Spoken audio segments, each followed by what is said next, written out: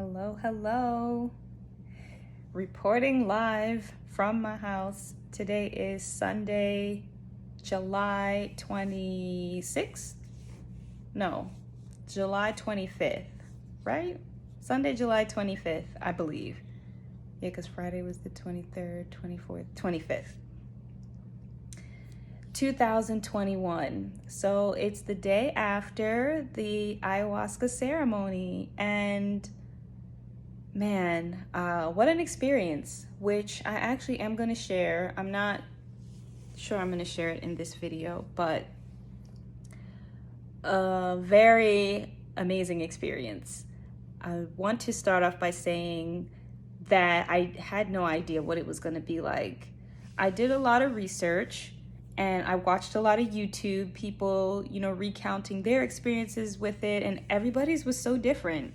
So I kind of went into it knowing I'm not sure what's going to come up, but what is needed to come up is going to come up. So the biggest thing that was the focus, because it was on the full moon, was we had to write down on a piece of paper, one piece of paper, what do we want to release? What are we ready to release? And then on another sheet of paper, we wrote down what we are ready to bring in and embody. And so the sheet of paper for what I wanted to release, I wrote on both sides of the paper. I had a lot of things that I wanted to release, and they pretty much all centered around self-love, essentially. And then I had a full page of what I wanted to bring in and embody, but it wasn't double-sided. So I had a lot more things that I wanted to release to make room for the things that I was calling in. And that was emotional because what we had to do after we, had those written down, they had like a metal bowl, and you first took a moment, be present, and then you burned the first paper of what you wanted to release. So you burned that. And that was just like really emotional for me. I was crying before I even burned the paper because I was so ready to let go of these things and really continue to move forward with my life. So that's what I did.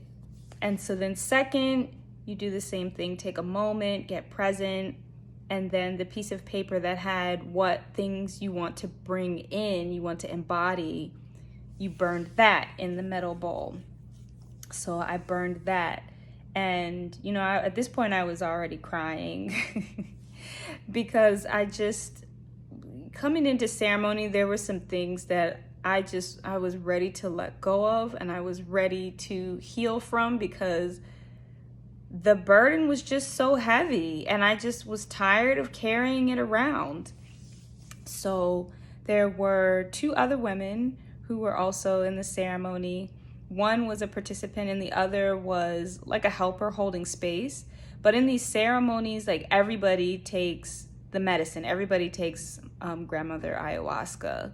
So even the shaman who's facilitating the ceremony, as well as anybody who's helping, takes ayahuasca as well. So they did theirs. The only person who didn't was the shaman. And then we did that. We had a moment of just silence and stillness. And then the shaman went into just giving some history about ayahuasca, what it is, how it came to be. He also talked about his lineage and how it was passed down to him and how he learned. And so we got basic information about ayahuasca. He also gave us a rundown of what the rest of the ceremony was going to be like.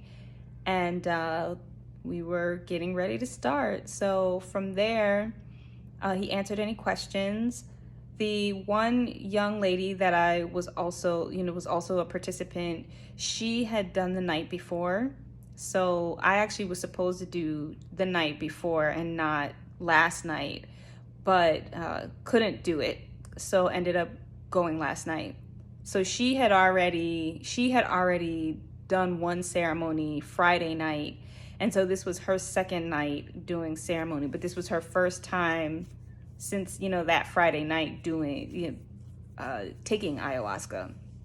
So I'm like, oh my gosh, I can't believe I'm about to do this. So then it comes time to drink up. And so he basically was like, you can have as many cups as you like, as you feel like you need, and we'll just go from there.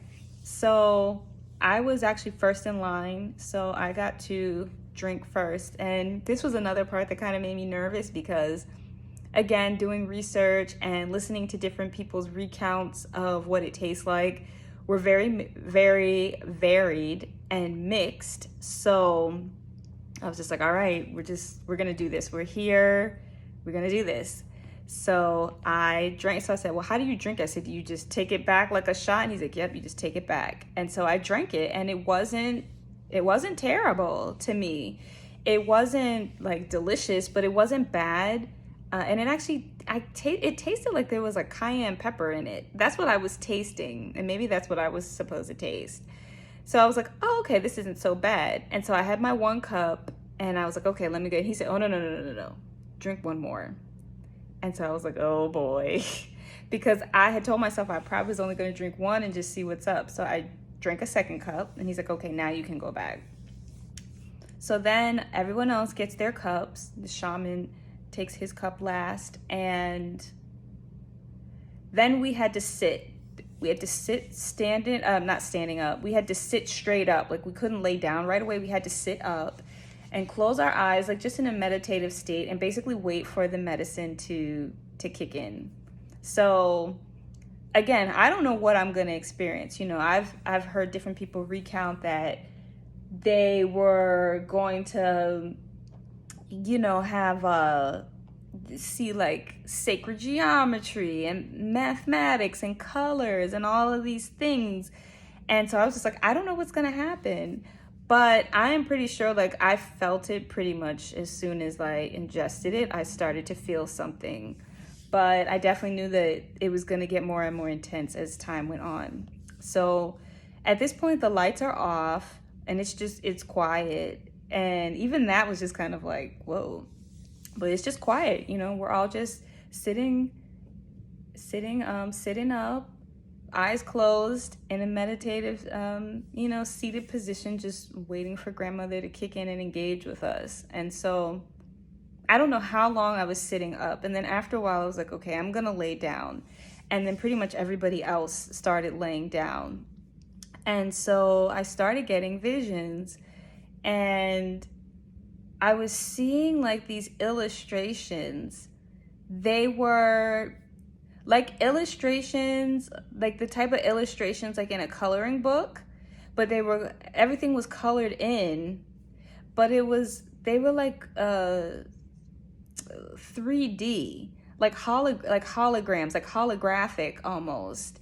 And it was just so like immersive, but it was like flat, but not flat. It was like 2D, but like 3D, but immersive, like a hologram. And even at one point, it seemed like there was a glitch, because at one point, like it was like a screen maybe, and it like went blank for a second, and then it would come back, and I'm like, whoa, what's that? And it made me think of how, along my journey, different things that like I've read and have learned just about, life and our journey here on earth, and us, being spirits, having a human experience, that everything, like none of this is real, that everything is a hologram. It's a holographic picture. It's a projector screen of different things that we're feeling, thinking at any given moment. And that's what it felt like, because it was like, oh, there's kind of like a glitch in the system. And then it would come back up. And I'm just like, wow, okay, so that really is the case. Like none of this really is real. Like we really are like creating it with our minds, and it's projecting. It's still unpacking that. But, to really see that and feel that was interesting. And so I started to feel grandmother like speaking a little bit. And at one point, I was seeing like visions of other people's lives. I don't know how to describe it. I don't know if I was traveling in time or what, but it was kind of like I was a voyeur in different people's lives, because I was being shown like different segments of people's lives. Like one was, I think, like this white girl, and it was like her birthday celebration, and there were people. It looked like family, and I saw some other like people and like snippets of their life. I still don't know what that means, but that's what I saw. And at first I was like, well, is that energy of people who have lived in this space, like where ceremony was? I'm not sure. Or if it was just something else. So I saw that and I'm like, okay, I don't know what that means. And then I'm doing I don't have my notes in front of me, but there was a part where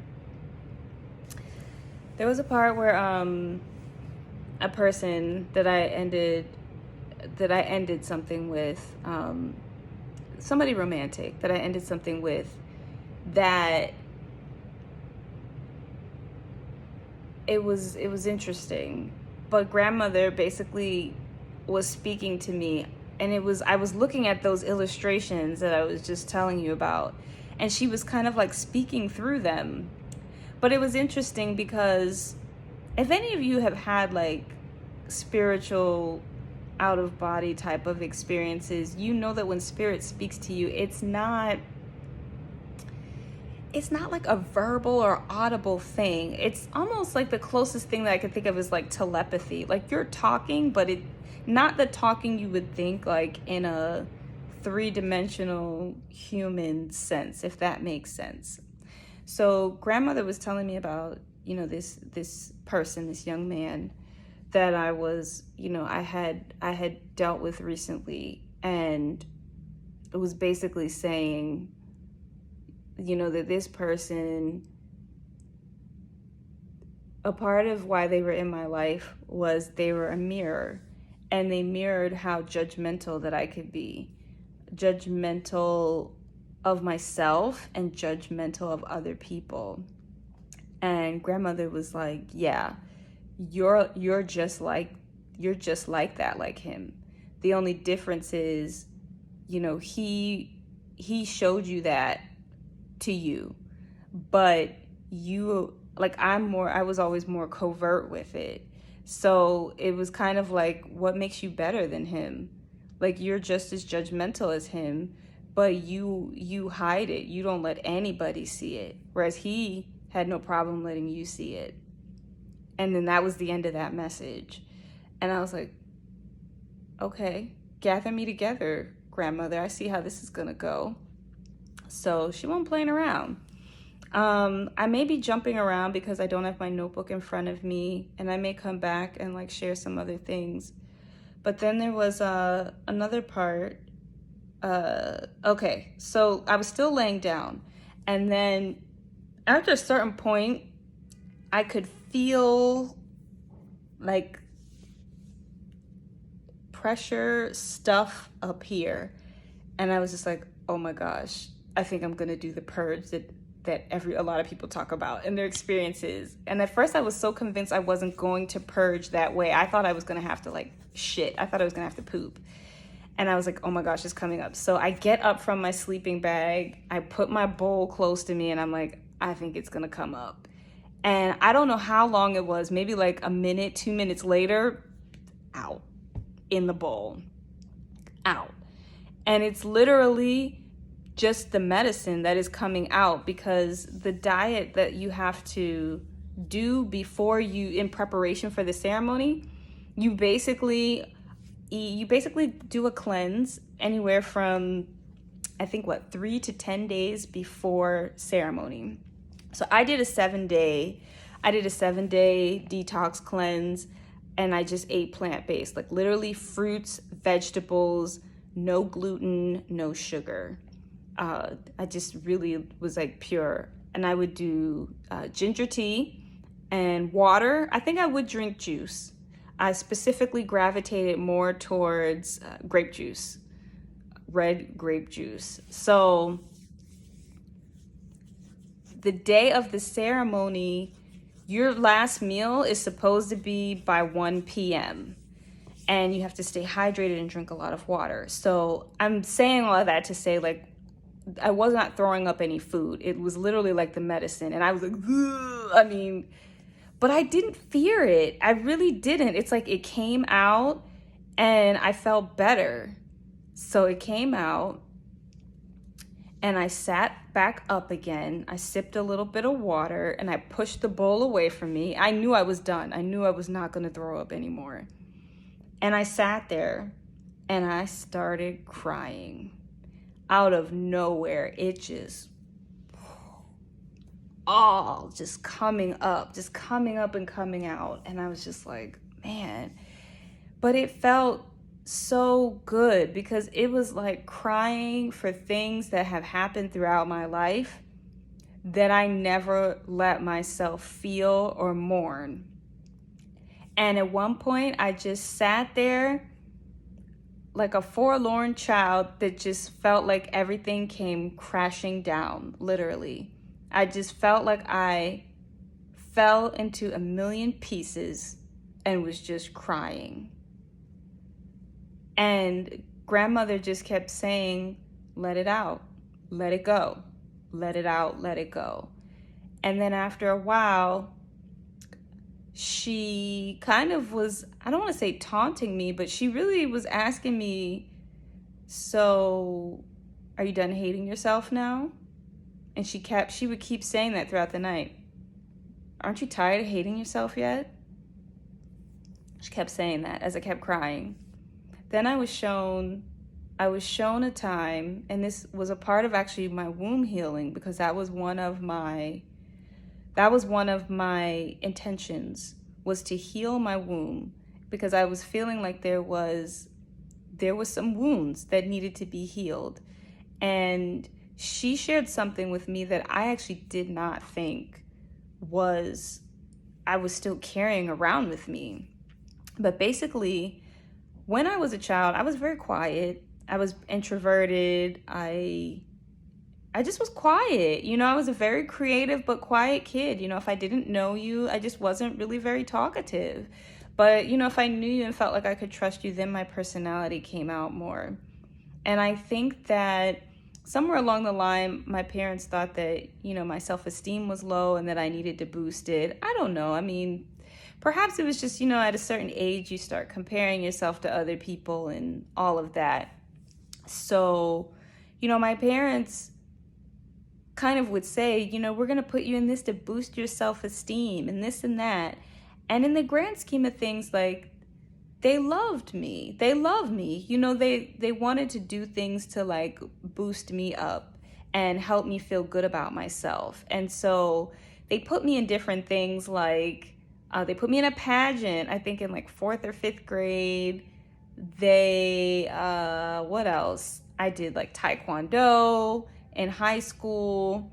I did like voice lessons. Like they tried to put me in different things. And even at one point, I was also in therapy for a little bit. But what came up to me is that your parents basically thought that you were lacking something. They thought you were lacking self-esteem.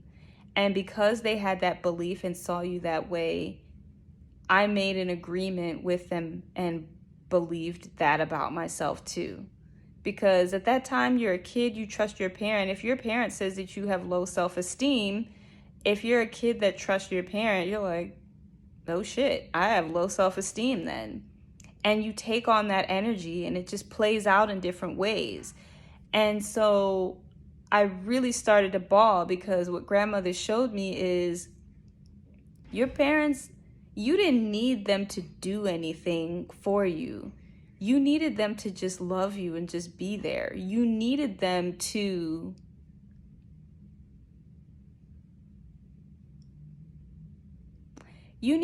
just see you, see who you were, that you weren't broken, that there was nothing that needed to be fixed or boosted. And the vision, it just was like, your parents love you so much. They love you so much, but they just didn't know what else to do. They were doing what they thought was best for you. And that's what came up. And in that moment, I realized that I needed to forgive them for that. And I needed to walk away knowing that I was fine. And I still am now. I didn't need my self-esteem boosted. I needed who I was to be celebrated and elevated. Really just recognized and celebrated. Not focusing on what I wasn't. Focusing on what I was, who I was. And it was just like, wow. But how does that play out in my life now is I am a doer. I'm always feeling like my worth is in what I can do, what I can output, what I can do for somebody. You know, I'm a helper, I'm a doer. You know, if you need something from me, I'm going to show up, because that's how I show that I care. But the experience showed me that sometimes people don't need you to do anything for them. They need you to just be there and hold space for them. That's what they need, not for you to try to figure out what to do. And I was like, oh, so that's where that stems from. So that I just cried and cried and cried, because when I was young, even when I look at those journals that I have like somewhere in my parents' basement, that's the one thing that like I always noticed a theme.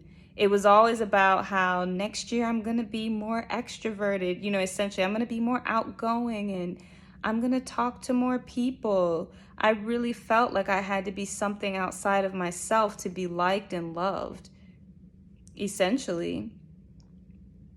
And grandmother just kept saying, are you ready to stop hating yourself now? Are you ready? Would you please check the parking now? What the heck? Sorry, notification from my mom. Yeah, she just kept saying that. And I just wept. I wept like a baby. I wept like I had wanted to weep all these years. I just let it out and I just could not stop crying. The tears just came and they came and they came. And she just kept saying, let it out. Let it go. Let it all come out and go. I don't know how long I cried for, but I cried for a long time. And eventually the shaman said, turn towards me. Turn towards me. So at a certain point, like he started playing different instruments and singing Icaros, different like spiritual songs, you know, and he was like right in front of me and he was like singing, and there was this it's not a maraca, I don't think, but it was something similar to that, and he was like shaking it all around me and I was just crying. I was just crying. And at one point, and because I'm still just sitting up, I put it was my right hand over my heart. And what he did is he took my hand off of my heart and he put it on my knee. And he made sure that my palms were facing up. And he did the same thing with my other hand. And he said, release the guilt that you have about receiving. Release the guilt or any shame about being a receiver. Cried some more, just sat there and cried. And then he said, I want you to close your eyes and visualize that you're sitting inside a golden egg, and you're encapsulated by this golden egg. You're protected, and you know it has healing light and energy. And he's like, every time you breathe in, you know, you're bringing in the healing that you need. He's like, I want you to focus on where you want that healing to go. And so I sent the healing to my womb. And he was like, just sit here and breathe and just stay in that egg. And so that's what I did. And while that was happening, I actually did stop crying at this point. Like I kind of, like the tears just kind of subsided. And I was just sitting there in that egg. Some other things that the shaman said at different times that also made me emotional, you know, before I was in the golden egg, when the tears stopped. He had said, he had said something along the lines of, like, other people's stories about you aren't yours. They're their stories. That really hit close to home because there was a certain time where I was going through some things and I was talking to different people that, like, normally I trust and I love, and realized that they were projecting some of their stories on me, and I was believing them as the truth and just feeling really shitty about myself. I'll be honest.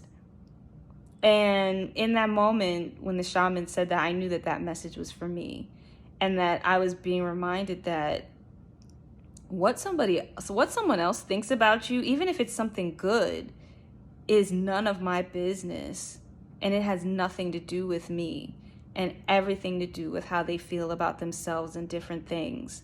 And nobody can tell my story for me. And so I won't accept in somebody else's story of me. Don't let somebody else write your story for you. You know who you are better than anybody else knows who you are. And anybody can debate me on that, but nobody knows me better than me outside of Source, because I am a unique expression of Source. So that came up. Writing came back up again. The shaman basically was like, all of you all are writers in this room. All of you need to return to writing. That's an important part of all of you all's spiritual journeys. And I feel like I'm missing something. There was something else that the shaman said that stood out to me. But I know that there was one affirmation that he had us repeat back. It had to do with protection. And I think that was important because I had gotten some intel, some spiritual intel, that somebody basically was like working on casting a spell on me to keep me. I'll leave it at that. So when I got that news, I wasn't worried about it because I know that I am protected and my ancestors don't fuck around. But it was good to hear that again. And so at a certain point, after, I had kind of finished my golden egg meditation, the shaman said, how are you? How do you feel? And I said the first word that came to me, and I said, empty. He said, that's good. I felt empty because I just released all these things that were pent up inside of me. And I don't know if it was the ego death of sorts. Perhaps it was, because I was just like, what's left? I'm empty. There's nothing in here because I pulled it all out. I purged it all out. And that's what the shaman said. He said, you got to get all that poison out of you first. You got to get all that poison out of you. But I felt empty. And then I just felt really still and just quiet. And so after that, then I laid down. I was still having visions, but I wasn't really remembering them. And at some point I fell asleep, and there was still music and things like that being played. But that was my experience. And usually I'm a dreamer. I have a lot of dreams, be they prophetic, astral travel, whatever. But this night in particular, last night, I don't have any dreams that I remember. It just felt like black. But it's kind of like I needed that. And I know at one point too, this is before I fell asleep, I remember observing all these different thoughts that I was having in my head. All these different thoughts. And I wasn't trying to stop them. I was just letting them zip around through my brain, through my mind. And I was just I'm just going to observe them. I'm not going to try to suppress them or stop them. I'm just going to let them happen. And so they did. And yeah, grandmother was just like, are you done hating yourself yet? Are you done hating yourself yet? And that's how she kept saying it. So are you done hating yourself yet? You done hating yourself now?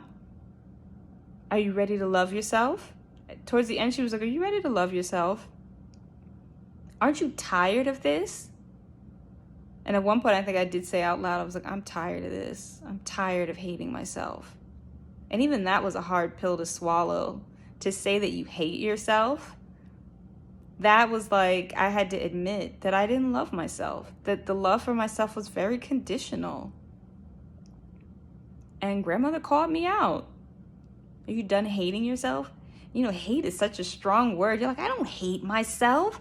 I don't cut myself. I don't do this. I don't do that. But it looks different ways.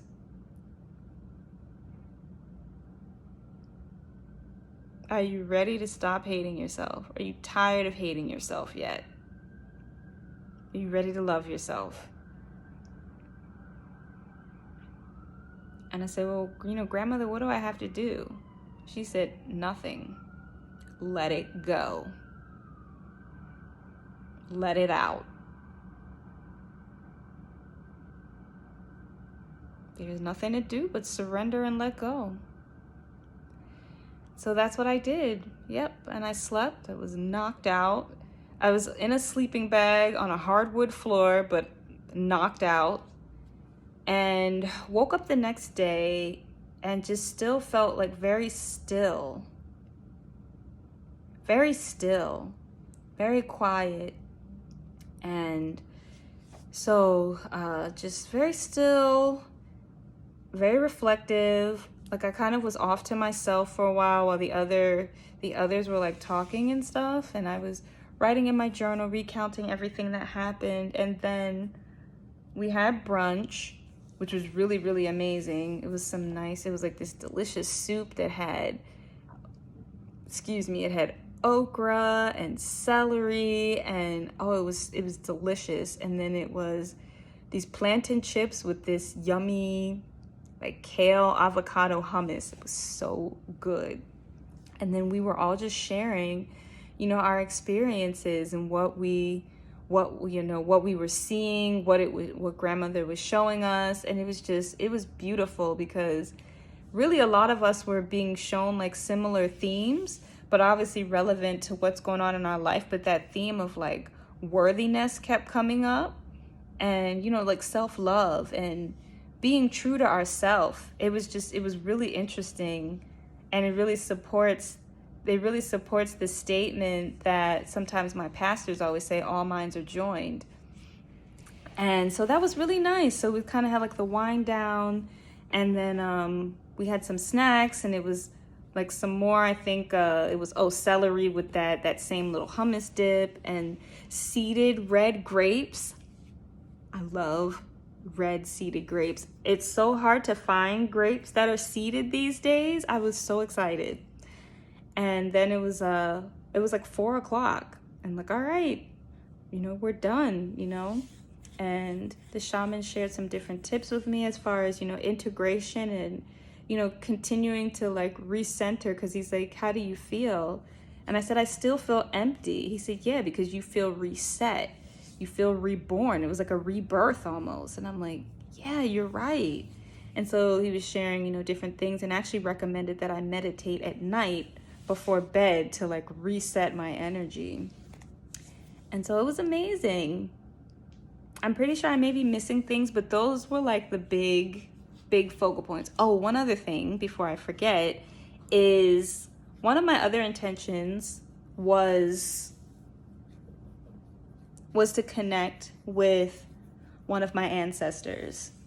Her name is Mariah, and she is like the first slave that we were able to track back in my family lineage on my mother's side of the family. And she was described in the records as a Watusi woman, which is the Tutsi tribe, which is an ethnic group native to around the area of Burundi and Rwanda, Burundi area of Eastern Africa. And when I found that out a few years ago, like I definitely had started, connecting with her via different energy work and through candle work. And I had a special candle for her at the time. And like every time I lit it, I always felt her presence. And so I don't know. It was just something in me. I was like, I need to connect with her. I really need her around me during this ceremony. I knew I was going to be safe during this ceremony, but I was nervous. You know, I had never done it before. I knew it was something, you know, that you didn't play around with. And I knew that I also was doing this by myself, meaning nobody I knew was doing this with me. But it was important to me to do this. And so I was like, you know, I want to connect with Mariah. I would like to connect with her at some point during this ceremony. And so I didn't necessarily connect with her during the ceremony, but I was given a message, given a sign that she was there with me, because the other young lady who was participating in the ceremony with me, we were introducing ourselves, and I said, "Oh, what's your name?" And she said, "Mariah." And I was like, there she is. I'm good. This is good here. So, Mama Mariah, thank you so much for being there and supporting me through that journey, because it was important. And I also think that it was important for me to stop hating myself, to heal some of my ancestral familial lineage.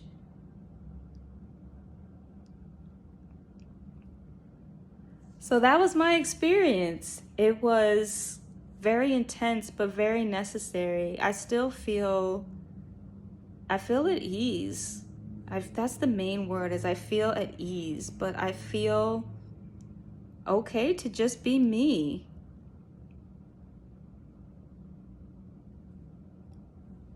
I'm very thankful for that experience.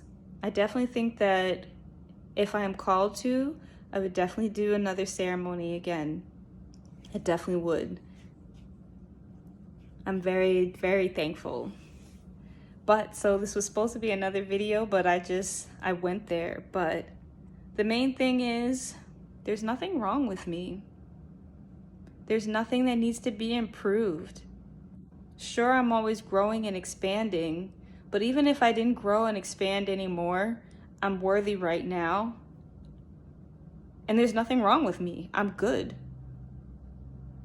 That freedom, and just remembering to remind myself of that daily.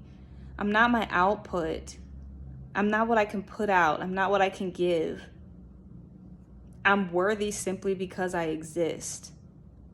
There's nothing I have to do to earn that from anybody. It's a given because I was born. So that was my very first ayahuasca experience. And I do feel that my womb was healed. And who knew that that's what was being held in my womb?